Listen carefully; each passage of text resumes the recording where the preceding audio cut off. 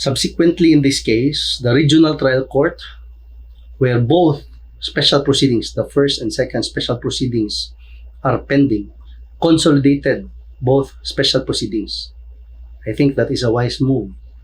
It will allow a joint trial for both special proceedings, or resolution.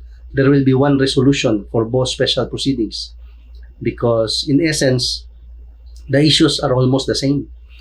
What do you think is the reason behind the consolidation of these two special proceedings?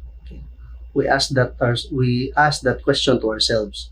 What do we think is the reason behind the court's wisdom of consolidating these two special proceedings? Most likely, it is very efficient, and it will cost less if both special proceedings will be consolidated. There will be one trial that will involve only one decedent, that will affect only one estate, which is already before the same regional trial court and before the same branch of the regional trial court. So it is very impractical, no?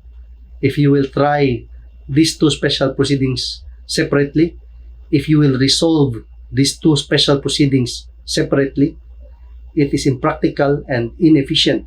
So yes, it is very efficient to consolidate both special proceedings to simultaneously resolve both special proceedings, whose, I think, no, the issues of these two special proceedings are so intertwined with each other. So it would be best to resolve them as the two special proceedings as a consolidated case. Okay, so I think that's a great move by the trial court. So what's next? I'll see you in the next video.